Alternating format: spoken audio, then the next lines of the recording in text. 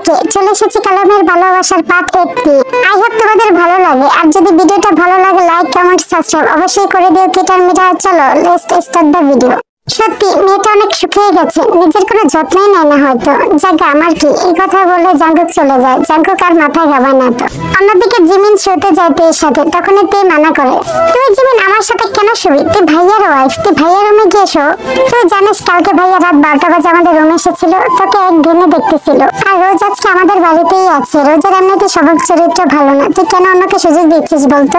দেখ জিমিন, বিয়েটা যেভাবেই হোক, বাট এখন আমার ভাই তার স্বামী, তাই নিজের স্বামীকে আগলে রাখতে শিখ। আর তুই তো বললি ভাইয়া নাকি তোকে ওয়াইফের স্বীকৃতি দিয়েছে, তোদের মাঝে সব হয়েছে, তাহলে কেন তুই দূরত্ব নিয়ে থাকিস ভাইয়ের সাথে বলতো? যা ভাইয়ের রুমে যা, তুই এখন থেকে ভাইয়ের রুমেই থাকবি। জিমিন কিছু বলে না, আর না জাঙ্কুকের রুমে যাচ্ছিল, তাই তে জোর করে জাঙ্কুকের রুমের দরজার সামনে জিমিনকে দিয়ে আসে। কি করব কিছুই তো বুঝতে পারছি না, তে তো দিয়ে চলে গেল, এখন নক করবো না কি করবো না। জিমিন দরজা নকই করতে যাবে, তখনই রোজ জাঙ্কুকের রুম থেকে বের হয়। এই মেয়ে, তুমি এখানে জাঙ্কুকের দরজার সামনে তুমি কি করো? প্রশ্নটা তো আমার করা উচিত, আপনি জাঙ্কুকের রুমে কি করেন এত রাত্রে? সেই কৈফিয়ত কি আমি তোমাকে দেব নাকি? আমাকে দিবেন না তো কাকে দিবেন? আমি জাঙ্কুকের ওয়াইফ, আপনি কৈফিয়ত দিতে বাধ্য আমাকে। মনে হয় আজকে আয়না দেখতে ভুলে গেছো, নিজেকে কখনো দেখেছো? কোন হিসেবে তুমি জাঙ্কুকের ওয়াইফ হও বলো তো? আমি দেখতে যেমনই হয় না কেন, জাঙ্কুক আমাকে ওয়াইফের স্বীকৃতি দিয়েছে, সো আপনি আমার হাজবেন্ডের থেকে দূরে থাকবেন। যত বড় মুখ নয় তত বড় কথা, দাঁড়া। এই কথা বলে রোজ জিমিনকে একটা থাপ্পড় লাগিয়ে দেয়। তোমার সাহস কি করে হয়? তুমি আমাকে থাপ্পড় দিলে, হাত কিন্তু আমারও আছে। ও তাই নাকি? তুই আমাকে থাপ্পড় দিবি, দেখি তোর কত বড় সাহস। এই কথা বলে রোজ আবার জিমিনকে থাপ্পড় মারতে যায়, তখনই রোজের হাত ধরে ফেলে জিমিন। রোজ আর জিমিন তর্ক করতেছিল, দরজার বাইরে আওয়াজ শুনে জাঙ্কুক বাইরে আসে। রোজ জাঙ্কুককে দেখে নিচে পড়ে যাওয়া নাটক করে। রোজ জাঙ্কুককে এমন বোঝাচ্ছিল যেমন জিমিন ওকে ধাক্কা দিয়েছে। এখানে এসব কি চলতেছে? জিমিন, তুই ওকে নিচে কেন ফেলে দিলি? আমি ওনাকে ফালাইনি, বিশ্বাস করুন উনি নিচে থেকে পড়ে গেছে। দেখো না জাঙ্কুক, এই মেয়েটা কখন থেকে আমাকে কত কিছু বলে যাচ্ছে, শুধুমাত্র তোমার রুম থেকে বের হয়েছে বলে।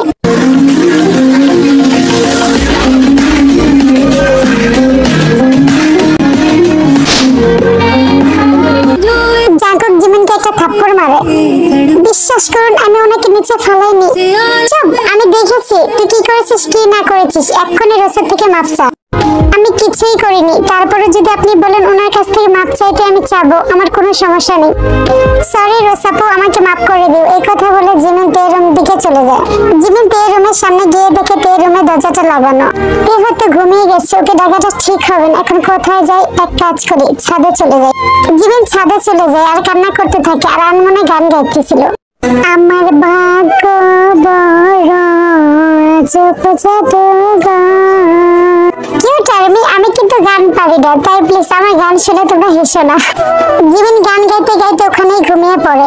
তে সকালে উঠে দেখে সুগা তার পাশে। আমি কি ঘুমের ঘরে স্বপ্ন দেখতেছি নাকি এটা রিয়েল? আমি কিছু বুঝতে পারছি না। দাঁড়া, একটা চিমটি কেটে নি। দেন তে সুগাকে একটা চিমটি মারে। আউচ, জ্বলে গেল। এই তুমি আমাকে চিমটি কেন দিলে? দেখতে চেয়েছিলাম এটা স্বপ্ন নাকি রিয়েল। তো নিজের শরীরে কাটো, আমার শরীরে কেন? তার আগে বলুন আপনি আমার রুমে কি করেন, যদি কেউ দেখে ফেলতো? আরে আমি কি তোমার মতো বোকা নাকি? আমি দরজা লক করেই ঘুমিয়েছি। আর আপনি আমার রুমে এসেছেন কখন? আর এসে আমাকে জড়িয়ে ধরে শুয়ে আছেন কি? নিজে জিএফ পেয়েছেন নাকি আপনি আমাকে? না, নিজের জিএফের থেকে একটু বেশি মনে করি। এখন চুপ থাকো, রাতে আমাকে তুমি ঘুমাতে দাওনি, এখন আমাকে ঘুমাতে দাও। কিন্তু আমি করলামটা কি আজব? আমি আপনাকে কখন ঘুমাতে দিলাম না? সেটা তো আমি জানি তুমি কি করেছো, তোমার জন্য আমি ঘুমাতে পারিনি। রাতে এপিট ওপিট করতেছিলে, আমার উপর পা দিতেছিলে, আমি ঘুমাই কিভাবে বলো তো? মানে কি এটা আমার রুম, আমার বেড, আমি যেভাবে মন চাই সেভাবে শুবো। আপনি কেন এসেছেন নিজের ঘুম নষ্ট করতে? প্র্যাকটিস করতে এসেছিলাম, ভবিষ্যতে তোমার পাশেই তো আমার জায়গা হবে। আসছে আমার পাশে জায়গা নিতে, সেই সুযোগটা আমি আপনাকে দিব না। শুনুন তো, আজকে অনেক কাজ আছে, ড্যাডের বার্থডে আজকে। আমার ড্যাডের বার্থডে পার্টির জন্য আজকে অনেক কাজ আছে, চাইলে আপনি হেল্প করতে পারেন। তোমার জন্য তো জানতে দিতে পারি, আর এই হেল্পটা তো কিছুই না, করে দেবো, সমস্যা নেই। তারপর তো বার্থডে পার্টির জন্য সবকিছু অ্যারেঞ্জ করতেছিল আর জিমিনকে খুঁজতেছিল, বাট জিমিনকে কোথাও পাওয়া যাচ্ছিল না। মম, তুমি কি জিমিনকে দেখেছো? না, সকাল থেকে দেখিনি, হয়তো বাইরে গিয়েছে। এই মেয়ে তো কখনো কোথাও গেলে আমাকে বলে যায় না। কি যে করবো এই মেয়েকে নিয়ে, সবসময় অভিমান নিয়ে বসে থাকে। অন্যদিকে জিমিন ছাদেই ছিল। জিমিনের আজকে শরীরটা ভালো না। জিমিন ছাদ থেকে নিচে দেখে কি বাড়িতে কিছু একটা হচ্ছিল। আজকে আবার কি? যাক, অনেক লেট হয়ে গেছে, নিচে যেতে হবে। দেন জিমিন নিচে যায়, আর নিচে গিয়ে দেখে কি বাড়িটা পুরো সাজানো হচ্ছে। জিমিন, তুই এখানে? তুই কি বাসায় ছিলে নাকি? আর উপর থেকে কোথা থেকে আসলি? সকাল থেকে তোকে খুঁজতেছি, বাট তোর তো কোনো পাত্তা নেই। আমি ছাদে ছাদে ছিলাম। হ্যাঁ তা তো দেখতেই পাচ্ছি তুই ছাদ থেকে আসতেছিস, বাট তুই সকাল থেকে ছাদে কি করতেছিস? আমি সকাল থেকে ছাদে ছিলাম না, আমি রাত থেকে ছাদে ছিলাম, রাত্রে ছাদেই ঘুমিয়েছি। কি আমি না তোকে ভাইয়ের রুমে দিয়ে আসলাম, তুই কি ভাইয়ের রুমে যাসনি? গিয়েছিলাম বাট জায়গা পাইনি। আচ্ছা এসব বাদ দে, কি চলতেছে বাড়িতে সেটা তো জানি না, কিন্তু চল তার হেল্প করে দিই। হেল্প তো করবি ভালো কথা জিমিন, কিন্তু বাড়িতে কি চলতেছে সেটা যদি জানার ইচ্ছা হয় না তোর? জিজ্ঞেস করবে কিভাবে? তোমার ছেলে তো সেই সুযোগটা দেয় না, তোমার ছেলে তো একটা অমানুষ। এই কথাটা জোরেই বলে আর এই কথাটা সবাই শুনতে পায়, আর জাঙ্কুক তো খুব রেগে যায়। এই তুই কি বললি আমাকে? হ্যাঁ তুই নিজেকে কি মনে করিস? যখন যেটা মুখে আসে তখন সেটাই বলে দিস। আমি নিজেকে যাই মনে করি, কিন্তু তোমার মতো হতে চাই না, তুমি অনেক নিষ্ঠুর। কি করেছি আমি যে হ্যাঁ তুই এত কথা বলতেছিস আমাকে? তুমি কি করে পারলে জীবনকে সারা রাত বাইরে রাখতে? তোমার রুমে কি ওকে একটু জায়গা দেওয়া যায় না? তো আমি কি ওকে বলেছি নাকি ওকে বাইরে শুতে? সবসময় তো তোর রুমে শোয়, তাহলে কালকে ওকে জায়গা দিলি না কেন? আর জিমিন বল, চুপ করে কেন আছিস? কালকে কেন বাইরে শুয়েছিলি? তুই রুমে কেন গেলি না? হ্যাঁ সবসময় কি সিম্পেথি পাওয়ার জন্য তোর এসব করতে হবে? কাল যদি তোর কিছু হয়ে যেত বল কেন গেলি না তুই রুমে?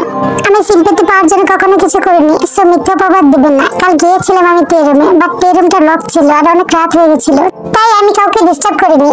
নাটক করতেছে বুঝছো জাঙ্কুক, সবসময় নিজের প্রতি অ্যাটেনশন পাওয়ার জন্য এরকম করে থাকে।